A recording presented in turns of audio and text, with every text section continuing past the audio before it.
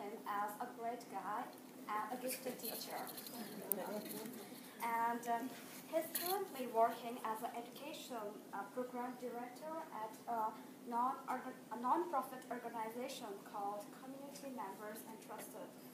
This organization aims at providing free and quality education to Nepalese children. Being a citizen from one of the poorest countries in the world and having traveled around the world, some of them being the most richest, Dorch's life has been filled with adventures, surprises, disappointments, and obstacles. And they all are at an international level. His dream has taken a flight, but he has come back to his homeland to arm the most vulnerable with a secret weapon of education. So, ladies and gentlemen, please welcome Dorch Guru to give us a talk on pursuing meaningful life, human rights, and education in Nepal. Oh. Thank you. Well, Diksha, thanks for the introduction, and thanks for doing what must have been involved, everything that you must have had to do to get me here, and Greg for agreeing to whatever she must have told you about me to bring me here. Iowa is not new to me. I went to school here in Iowa. I went to Grinnell College, and I'm told you are a rival. I had no clue then. I actually visited here, but I couldn't remember any of the landmarks. That is not to say that Luther is not memorable, though. But it will certainly be memorable when I leave tomorrow, because I've had a great day here. Went to 2 different classes earlier today, spent an hour and a half in each of those classes. I was grilled. Yes, I suffered because of that, but being a teacher, that's what we look for, Students used to keep me on my toes, and that's what I miss sometimes, and that's partly why I do what I do on the side, which is going around speaking, talking to students like yourselves. Right. Might as well get on to the presentation. The particular circumstances and context I was born into in Nepal meant that considerable odds were stacked against me. What's more, that the odds may even be impossible for me to overcome. While I suffered because of that, they did not, however, determine my destiny. I was able to achieve my dreams.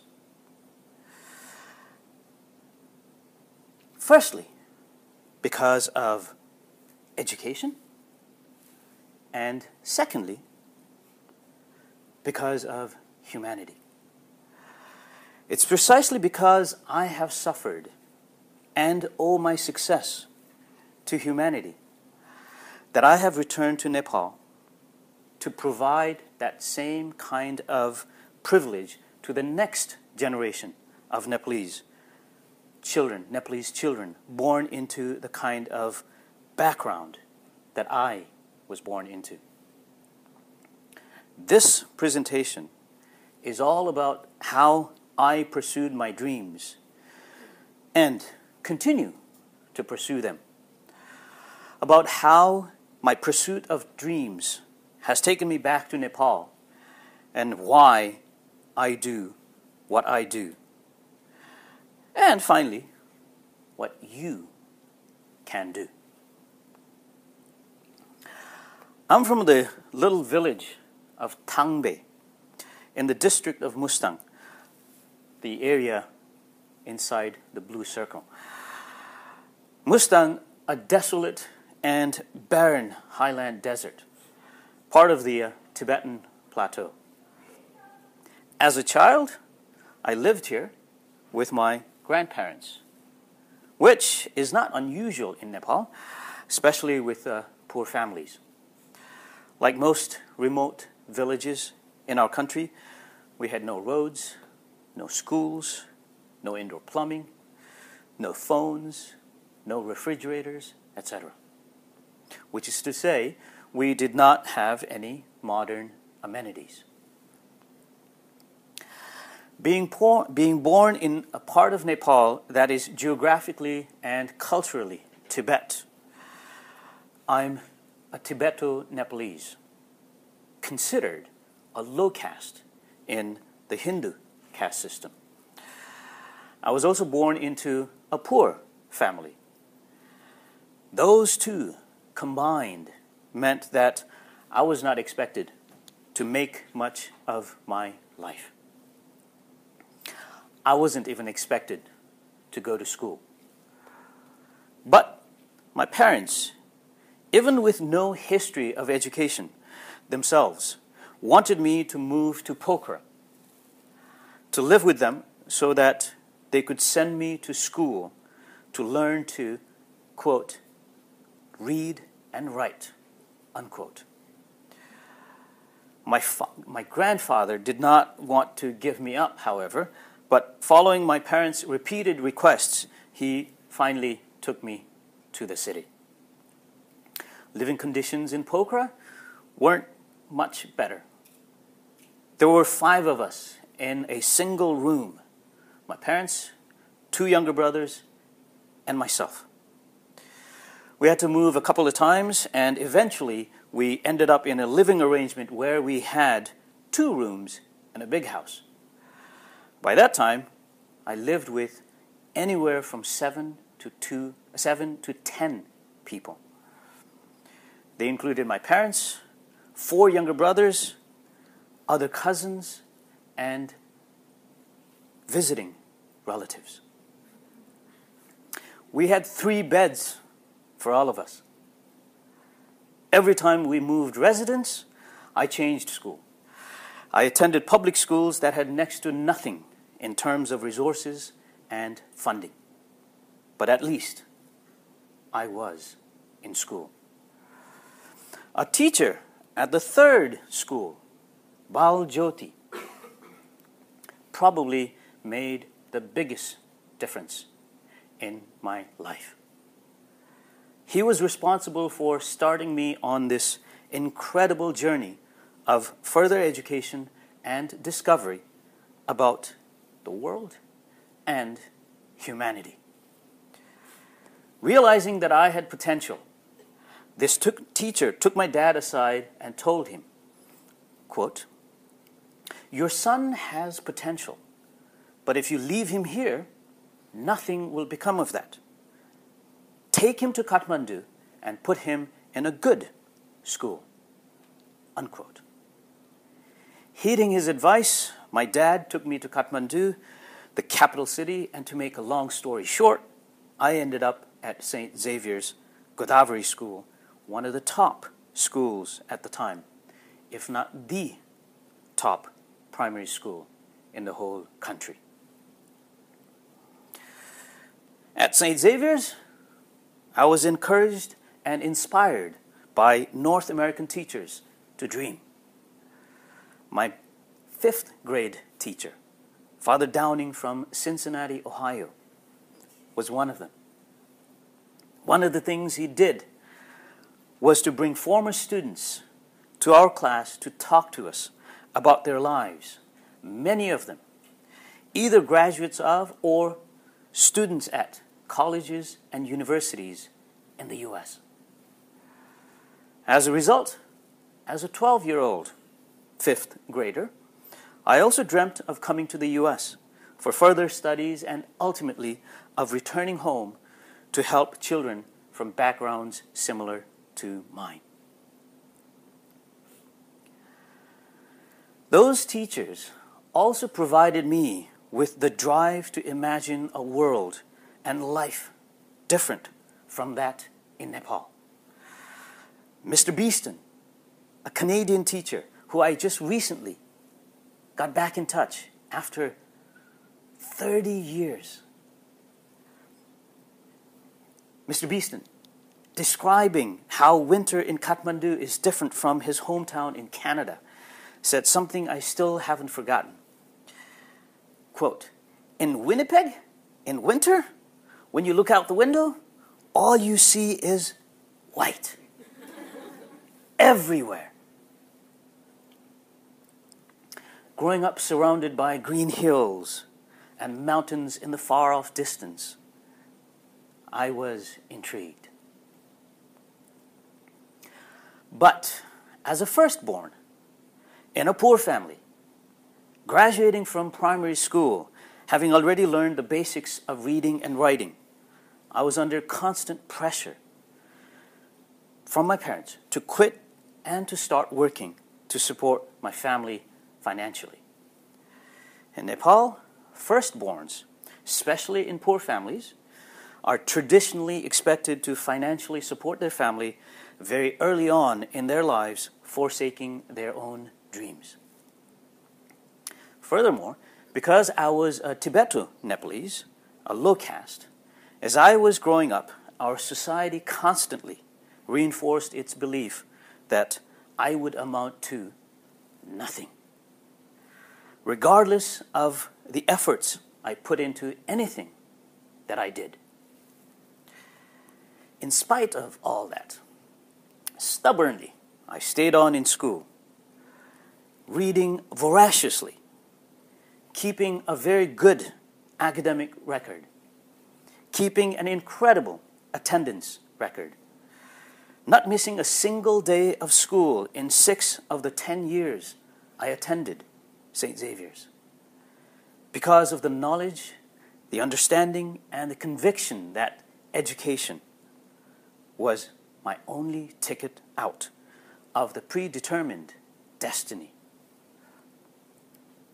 When I completed high school, I became the first person in my entire extended family of over 50, including first cousins, to do so. Then, in 1988, when I received a full scholarship to the United World College of the Adriatic in Italy, where I was one amongst 200 students from over 65 different countries, I felt like I was finally on top of the world. Coming from Nepal, the country of Everest. At the United World College of the Adriatic, far from people looking down on me, I was made to feel special. I still get a warm feeling in my heart when I think about the way my friends and their families made me feel special. During vacations, for example, when I couldn't afford to fly home or to go on vacations elsewhere. Every single school break, my friends would invite me to their homes. Not only that, over winter break, the family would give me Christmas presents, just as they did their own children. One family even gave me a Sony Walkman. Now, who here knows what a Sony Walkman is? How do you know? It's not a CD player. It's a cassette player. Do you even know what a cassette is? You do? Okay, I'm impressed. And an Italian family not only bought presents for me, they also bought a gift for me to give to a very good friend of mine on her birthday. During those 2 years, I was on the receiving end of incredible generosities and kindness. Also, during those 2 years, I met and befriended students from all over the world, shrinking my world. I had names and faces to associate with countries. Living in Duino, Italy, and traveling a bit in the surrounding area and neighboring countries, I also got a glimpse into the natural beauty of our planet. I got a glimpse into the worlds and people I had only read about in the novels I had devoured throughout my school career in Nepal. And it was during those years that I came to believe that we humans of different nationalities and different cultures, practicing different religions, had more commonalities than differences. Humanity, I learned, I felt, tied us together. Towards the end of my UWC experience, I finally realized my dream of coming to the US and ended up, as I mentioned earlier, at Grinnell College, also with pretty much a 100% scholarship.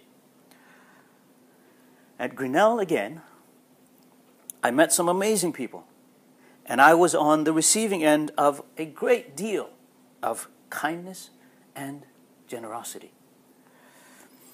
Graduating from Grinnell, I became the first person from my village and maybe even the whole of Upper Mustang to get tertiary qualification from an educational institution in the West. Approaching graduation, I knew what I wanted to do, and it wasn't to return to Nepal. Not immediately anyway. The spring of '94, my last semester at Grinnell, one late afternoon, watching the late afternoon sun turning, the late afternoon sky rather, turning different hues every several seconds, my friend Aubrey had asked, quote, "So, what do you want to do?" Unquote. I told her, I want to go see the world. But the trouble was, I had no idea how. As luck would have it, though, my former chemistry teacher at the United World College of the Adriatic invited me back to teach at the college.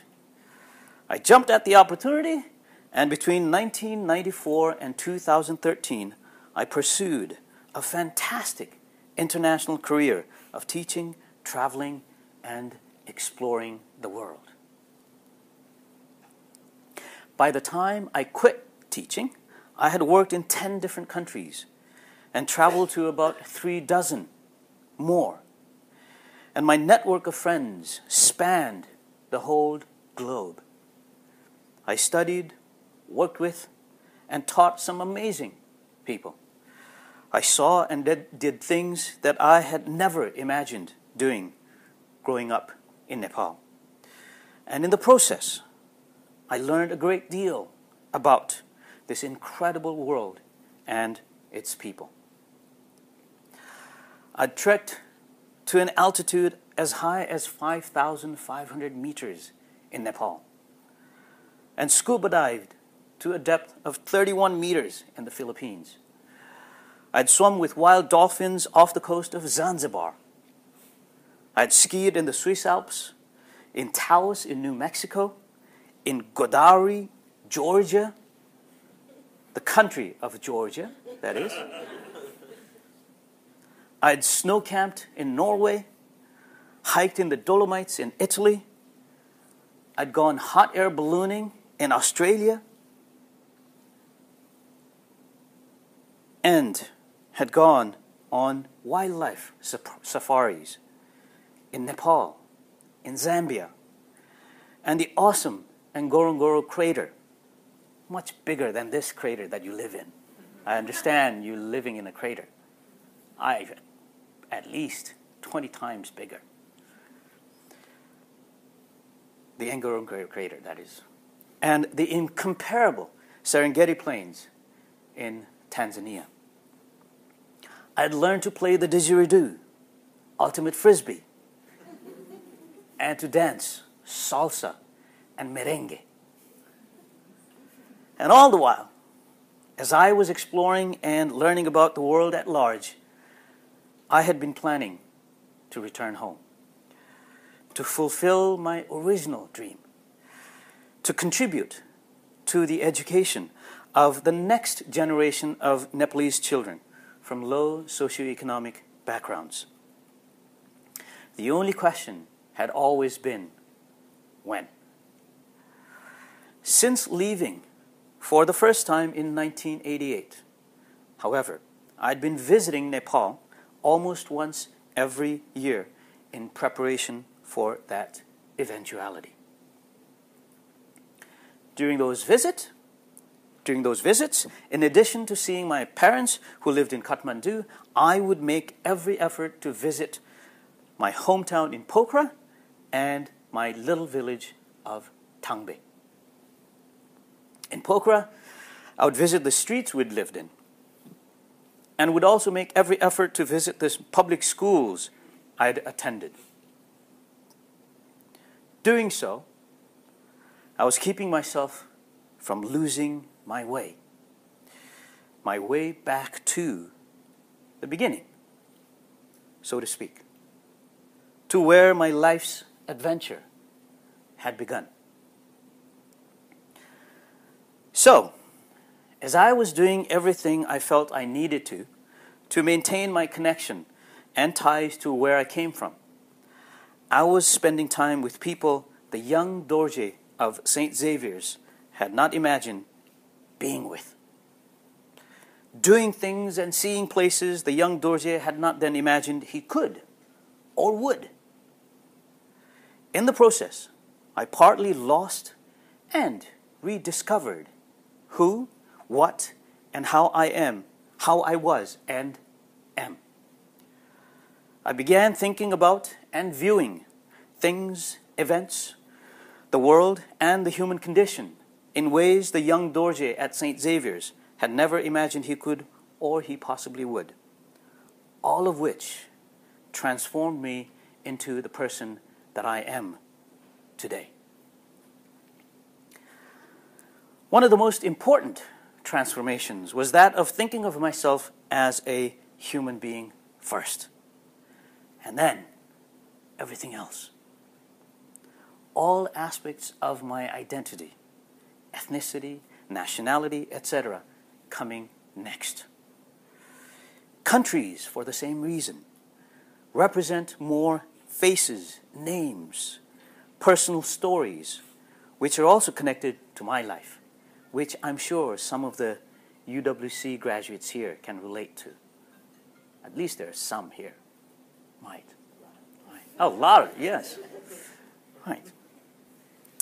They're no longer, to me, they're no longer the political and geographical entities they used to represent. The other result of my incredible international education and travel was drawing certain conclusions about life, the world we live in, and the human condition. Here's one of the first ones.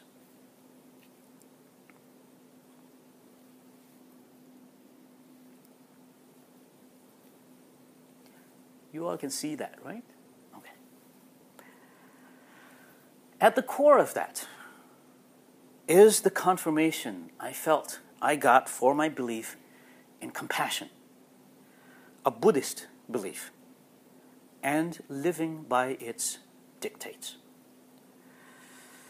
However, having been born a Buddhist in a country populated by Hindus, and therefore following Hindu cultural traditions and practices, cultural norms and practices, while at the same time sometimes being taught by Christians at a Jesuit school, having gotten a high school diploma in a Catholic country, having gotten advanced degrees in countries that weren't particularly religious, the US and Australia, and having worked in 2 Islamic countries, etc., I've also realized the followings about beliefs.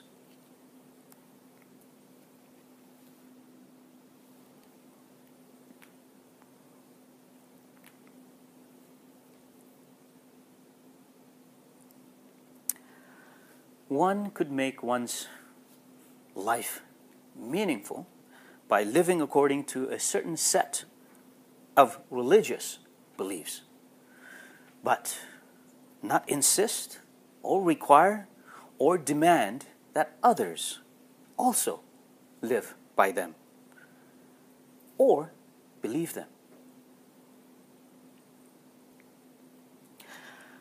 Having also been born into a poor family and everything else that followed, the following is also abundantly clear to me now.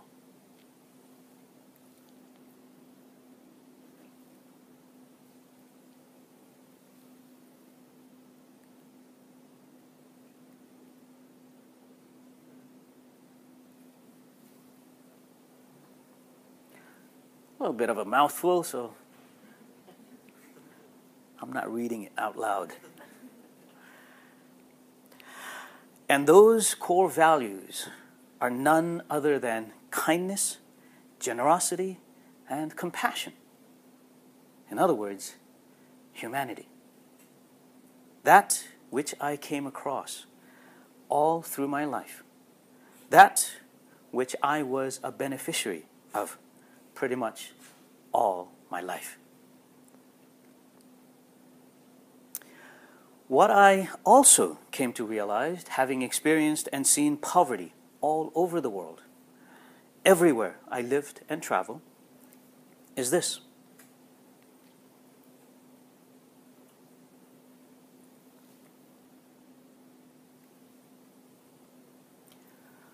I met this porter on a trek to my village way back in the spring of 2000. The man's load was so heavy that he took maybe a step every 2 seconds. But because he was so poor and was paid so little, he carried his own food and cooking utensils to save as much as he could. The poorest and a significant percentage of the hardest working people everywhere, especially in developing countries like Nepal, have the hardest time even putting a meal, a decent single meal a day on the table for themselves and their children. And yet, these very people, the weakest and the most vulnerable, the poor, the marginalized, and their children, are often treated the worst and have some of the most basic of human rights violated all the time. I, however, have believed the following for a long time.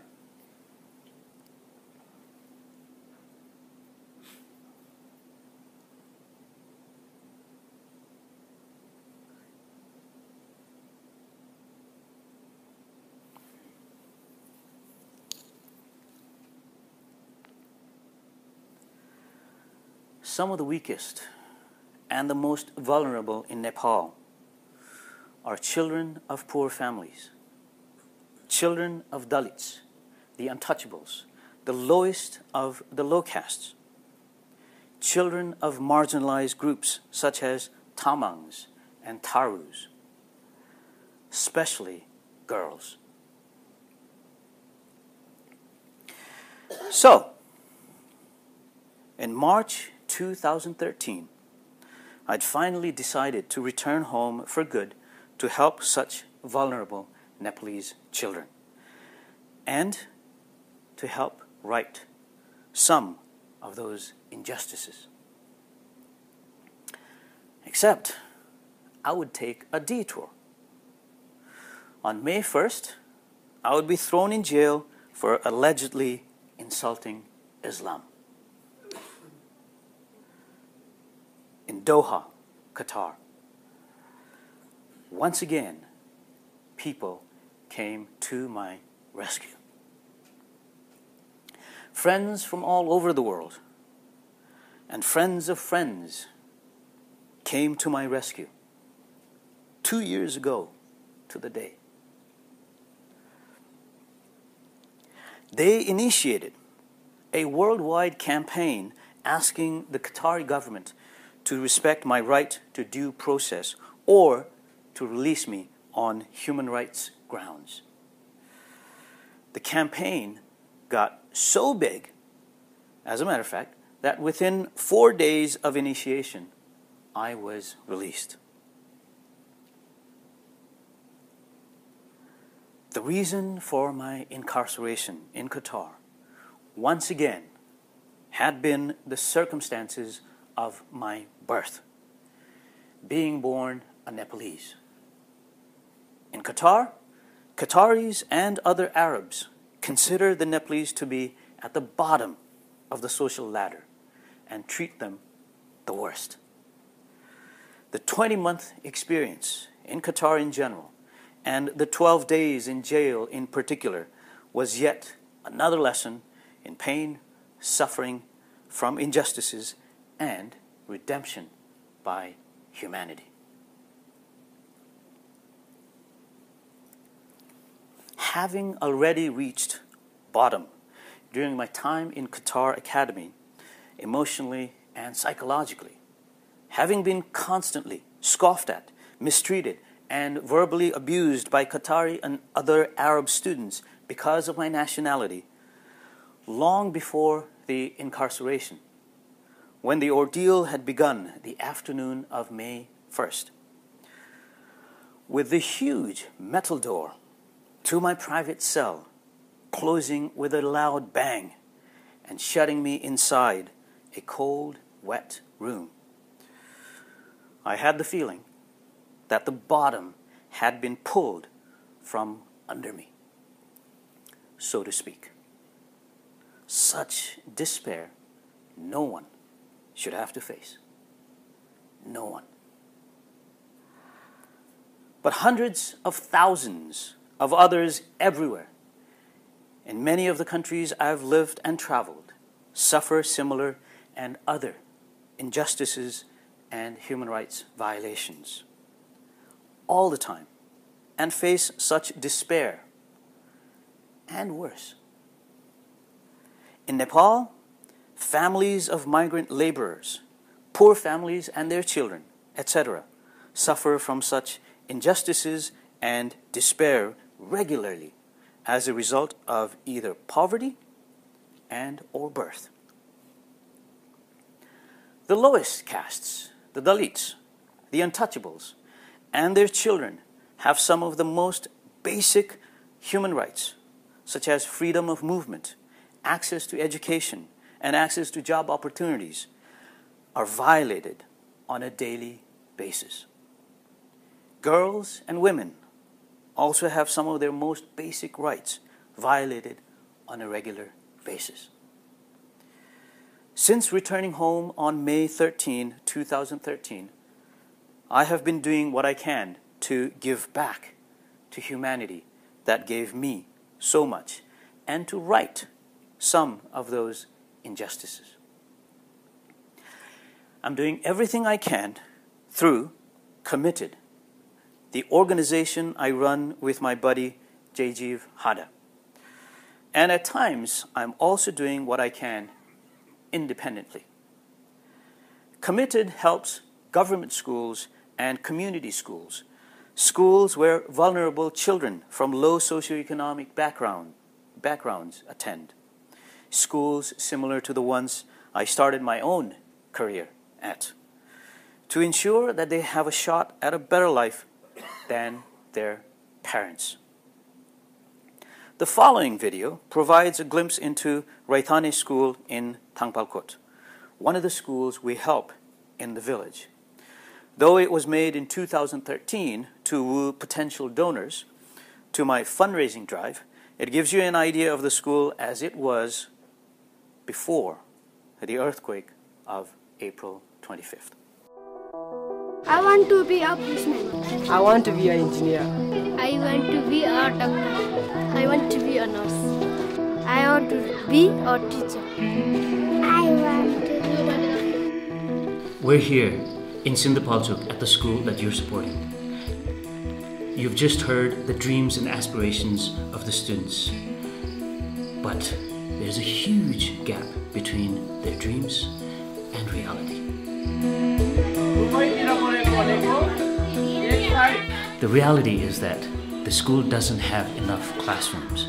For instance, this particular classroom, they have had to put 2 different classes together. And right now, there are over 50 students in here.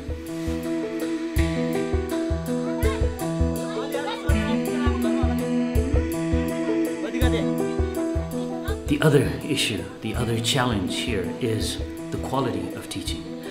Although the teachers themselves are highly committed, they lack experience and they lack training to help the students realize their dreams.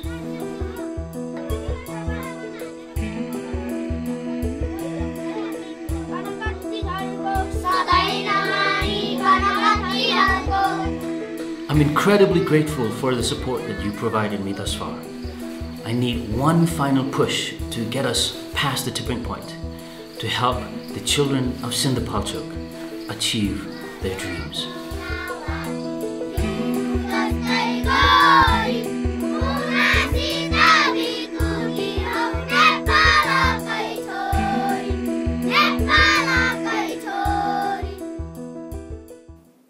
The quake, according to preliminary reports, has devastated Tangpalkot, the village where this school is located, Committed's project site, and also neighboring communities.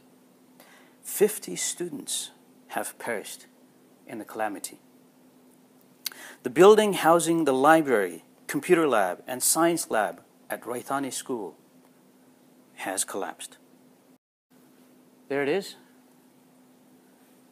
a before picture and after the quake, before the quake and after the quake. Only 6 of the 600 houses in Tangpalkot stand. Village after village weren't even that lucky. And someone who goes to school here, Chod, her village is completely gone. Every single house, I understand, and I actually read a report recently which made a reference to her village. Every single house in her village has been reduced to rubble.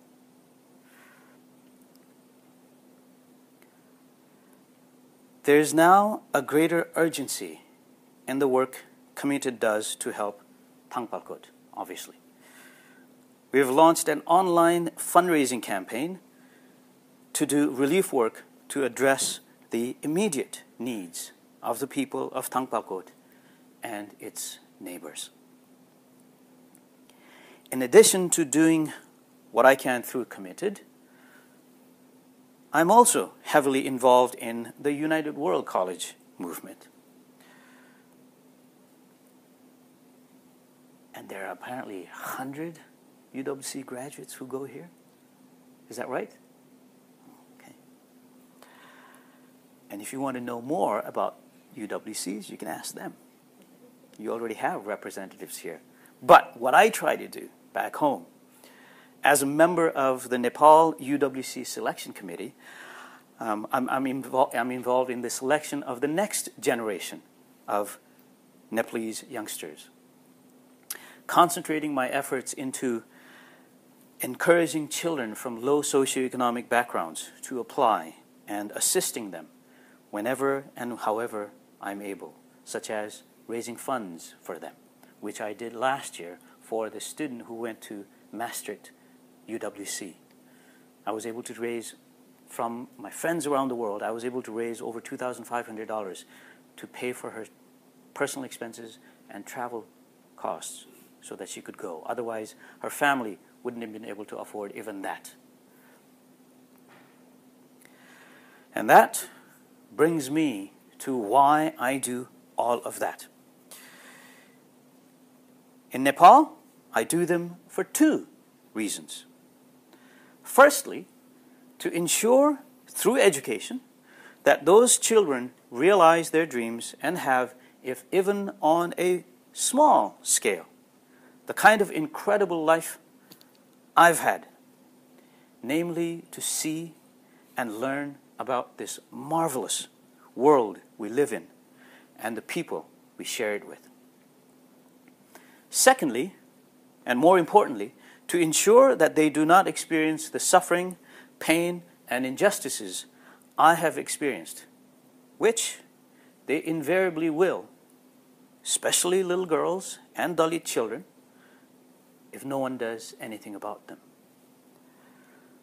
While those are the reasons for my work in Nepal, in general, what I do outside of Nepal, like talking to you here today, sharing my story, I do them to promote international understanding and contribute to peace in the world.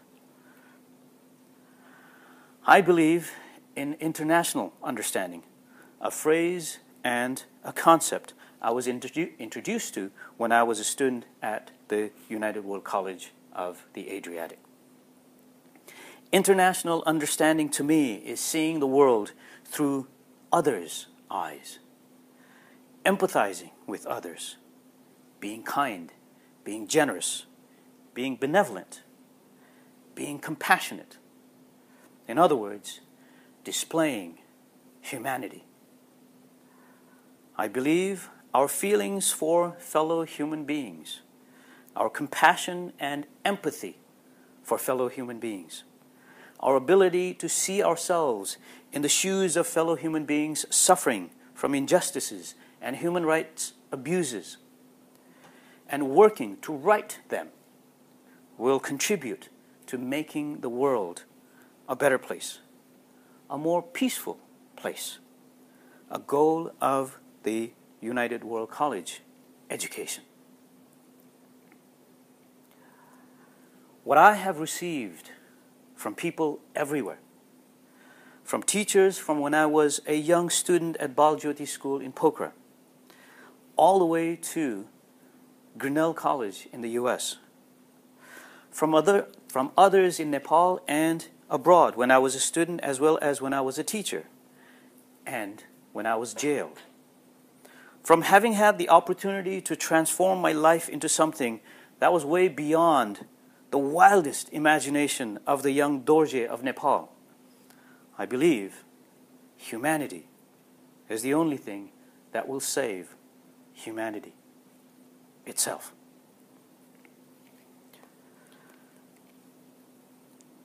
And that brings me to you, all of you gathered here today. Most of you, having reached thus far in your life, having completed high school and attending Luther College, you've already had and will probably continue to have opportunities that most Nepalese and others around the world, including many in the US, don't and probably won't have for a while still. As a result, you will have opportunities, connections, and power in your life that many others around the world won't. How you use those opportunities, connections, and power will be entirely up to you. My hope, however, is that you will use them to make your life meaningful. Thank you.